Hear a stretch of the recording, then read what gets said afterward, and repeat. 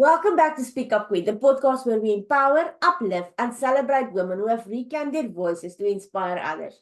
Today, we are thrilled to introduce the inspiring Anisa Crespo, co-founder of Million Dollar Mom Society, a beacon of resilience, strength, and empowerment. Anisa has dedicated her life to helping others navigate life's challenges, reclaim their voices, and step boldly into their purpose. Her story is one of perseverance and transformation, and through her journey, Anisa has become a passionate advocate for personal growth and self discovery. She believes in the power of women to rise above adversity and create lives filled with meaning, joy, and impact. Join us as we dive into Anita's incredible story, uncover her unique insights, and celebrate the powerful message she brings to Speak Up Queen. Get ready to feel inspired and uplifted as we welcome Anisa Crespo to this show. Anisa, welcome. Thank you so much for having me. I am really excited to be here and share with your audience, and I can't wait to get started. Anisa, what does healing mean to you, and how has your journey toward it shaped the woman you are today? Healing, Yes. to me, that is a powerful word, and it's something that I'm very familiar with. I went through a great deal of transformations in my life. I had a lot of trauma starting from when I was a child all the way through adulthood, different types of things. And I never let anything hold me back from becoming the person that God put me on this earth to be. But healing is a journey. It is an ongoing thing. I don't believe in healed. I believe in healing. And I also just think that it's a daily process, something that you have to work on every single day. It's not ever something, if you've been through something and you're working on overcoming something, I don't think that it's ever just, okay, it's done and over with. We'll never have to visit that again. I think that everything that happens to us and really is happening for us. And it kind of sets us up for who we're meant to be. And I always try to turn any trauma or adversity into triumph, so that I can help the next woman, so that she doesn't feel like she's alone, so that she knows that, hey, like, okay, I'm not the only one who's going through this. And guess what? There's a light at the end of the tunnel. So that's just my goal with healing is I don't ever want to dwell in my negativity, but I share about it so that I can help other women. Can you share a moment when you choose self-discovery over self-doubt and what you've learned about yourself? Self discovery over self doubt. Yes. So this past year, I decided to leave my job, my six-figure job, corporate position that I had for over 10 years in a male-dominated industry. And basically, I had gotten my start into entrepreneurship back in 2020 during the onset of the global pandemic when my twins were born. And it was weird times, right? Like nobody knew what to expect. And even though I had this great job at the time, I was like, ooh, I better teach myself how to make some money online because who knows when we're leaving the house again. So that's kind of where I just started to dabble into it. And then I didn't really take it very far. And then as time went on and my business started to progress, I had been putting in like these 18-hour days, trying to balance motherhood and the job and the business and all the other things. And my daughter had come to me and said, Mom, how come you don't love us anymore? And I was just like, oh my gosh, this is not true. But in her toddler mind, it is. So I knew at that point something had to go and it was not going to be my business. So self discovery, I really dug deep inside of myself and said, you know what? I'm not going to have any limiting beliefs that I can't do this on my own without having that security blanket of a salary. And I had so many people reach out to me and say, like, oh my gosh, you're crazy. Why would you ever leave a six-figure job and this and that? And I said, listen, 6 figures a year is wonderful, but I'm worth 6 figures a day. And I will never see that in a job. I can only create that for myself. And that's what I'm doing now. And that is what I'm working towards.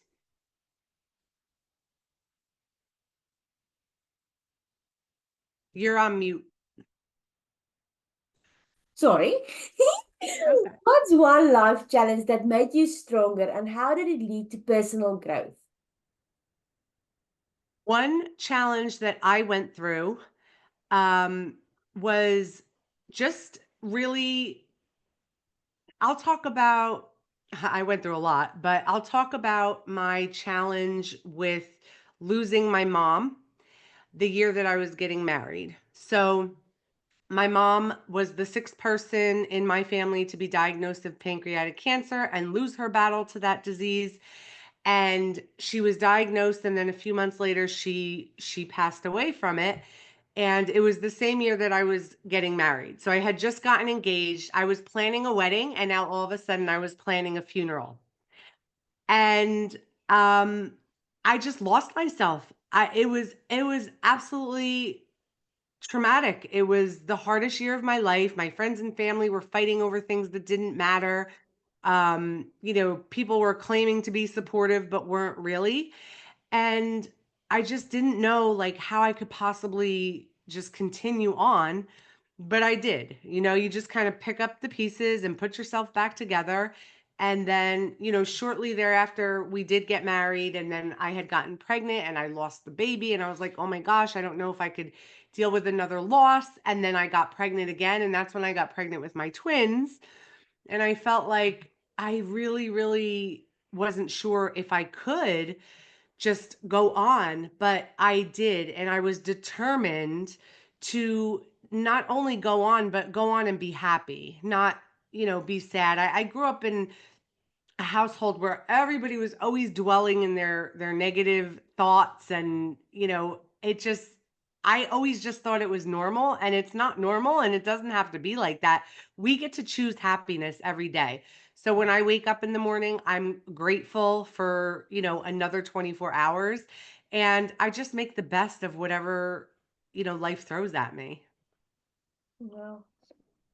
Women are often seen as nurturers. How do you balance nurturing others while ensuring your growth and well-being? Oh, yes. I say this all the time. I'm like, we're just hardwired caregivers, and we just tend to give and give and give until we are pouring from an empty cup. And so I am an advocate for self care. I wake up at 4 a.m. People think I'm nuts. And they're like, why do you wake up at 4 a.m.? And I'm like, listen, that's my time in the morning. That's my time for prayer, meditation, gratitude, exercise, goal setting, and just taking care of me. It's before the children are up. My husband's up, but he's doing his own thing, getting ready for his day. And I can just be in my space taking care of Anissa. And I always think that, we put ourselves last, and I put myself first every single, well, I put God first, and then I put myself right next behind that every single morning. Mhm. What inspired you to reclaim your voice, and how has that choice impacted your life?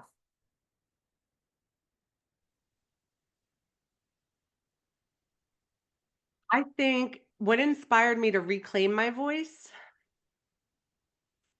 yeah, I think that oftentimes we're always being silenced, especially after having been in a male dominated industry for 10 years. Um, I don't want to say I held back because that's not really who I am as a person, but there were times where, my ideas may have been overlooked, or, maybe my thoughts weren't considered just because I was a female. And, if it was a suggestion from a man, it's looked at differently. I know for a fact that men were paid more than some of the women who actually had more experience than them. So I think when it comes to reclaiming my voice, just stepping into my power and saying, I am my own woman.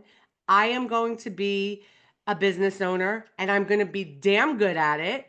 And I'm going to share it with the world. I'm going to tell the entire world And, we have that opportunity. You and I are sitting across the world from each other right now. And I'm going to inspire and uplift. And I'm excited about it. I love it. What advice would you give to women who feel silenced or overlooked in their personal or professional lives? I believe that we shape our destinies and our realities by our beliefs, particularly our beliefs in ourselves. So, no matter if you think you can or you think you can't, you're correct. And I don't think that the sky is the limit. I think that you are the limit. There's a book, it's called The Mountain Is You. I think it's called The Mountain Is You or The Mountain Is Me. And it's all about you are the only thing standing in your way of success. I think that everything starts up here in the mind. And I think that mindset is a huge part of business and life in general. Women come to us all the time and they're like, how do we make money online? And I'm always saying, like, I can teach you that. And that's actually the easy part. But how's your mindset? How's your spirituality? How's your health and wellness? How are your relationships? Those are the critical things that really make a successful entrepreneur. Especially if you, because I am talking out of my own experience. Starting this podcast, I was just like business focused, business oriented, my goals, my goals. But what was lacking was my self care. I didn't look at my self care, my time boundaries. I didn't have time boundaries, everything. And actually, it all works together. It's not just your mind or your body or it's everything is working together. And you must take care of, like, my relationship with my husband and my son. For 6 weeks, they didn't really see me. And after the 6 weeks, they were like, are you going to do this again? Because I'm missing you. So that is so important for women to know that we need to take care of all areas of our lives, not just one area. Because if we give more, yes, sometimes we need to give more and take away, but we don't grab that just from self-care to put in your business because it's not working. It is, I'm talking out of experience, it didn't work. It just turned into overwhelming burnout, if I must be Yeah. honest. Yeah, 100%. I agree. How have setting boundaries empowered you to live a more authentic and fulfilling life? I think that setting boundaries is super important because it's a self-respect thing. We have actually had to do this with clients and just people that we work with so that we make sure that expectations are clear from the beginning. And we make sure that, everybody is getting what they need from the relationship. And I think that goes for any relationship, whether it's coach client, um, husband, wife, parent, child, whatever, friends, business partners. I think it's super important to set boundaries and just crystal clear expectations, have things in writing. And it's all about your respect for yourself. And like you mentioned, the burnout and that's a big part of it. It really will cause you, if you're not setting these boundaries, it really will cause you just to fizzle out. And that's not what we're here for. Excuse me 1 second. No worries. What, Aviana?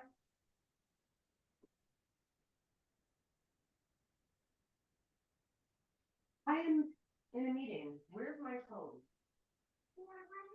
Who are you calling on my phone? That is Almost the done. being a mom. Hold on, Aviana. I'm almost done. I'm sorry. Never apologize for being a mom. All right. If you could send one empowering message to women around the world today, what would it be? Follow your dreams. We're here for a good time, not a long time. Time is your most valuable asset. Don't waste it. Don't waste a single minute of it because it goes quickly. The kids grow up quickly. Before you know it, you blink. And if you're like me, I just turned 40 in 2024, and it's like, wow, this goes really quickly. So I am all about doing what makes me happy. I'm not here to please anybody. I am here to please God and myself, and of course my family. And I just, that's part of why I left my job. It's not that it was a bad job or a toxic environment or anything like that. It's just that it wasn't filling my cup, and I just want to do things that put a smile on my face every single day and create a life that I love to live. I love it. I love it. I love it. It's just amazing. Like you said, live life, go after your dreams and things. It's just like sometimes it's the hardest part is to start, how can I say, start that business or start growing and think and start your healing journey. But it is, we don't, sometimes I just want to shake people and say, we just have now. The past is 5 minutes ago. We can't do anything about it anymore. The future, it's not promised. The next 5 minutes is a promise. It's not even, we don't know if it's going to happen. We just have now. So just start now. Just start scribbling on a book, in a journal if you want to start writing your book, or just start somewhere, but start now. Um, Yeah. don't stress Do it about messy. it is messy and that, but I must say, Yeah. I love the messiness. Like when there was Yes. failure, it was like, failure, please come as soon as possible so that I can learn from it and I can grow from it and I can move on so that I can go to the next thing. So yeah, it is Yes. definitely worth it. It's definitely because I know that God have put in each one of our hearts something to serve this world. And it's time for us to listen to that inner voice and just start creating this ripple effect of healing, growing, and thriving. 100%. I agree. I think just start now, do it messy. I am a recovering perfectionist, so done, not perfect is like my mantra. And I used to just stress over the silliest little things, and I'm like, these things don't matter. We're all human. None of us are perfect here.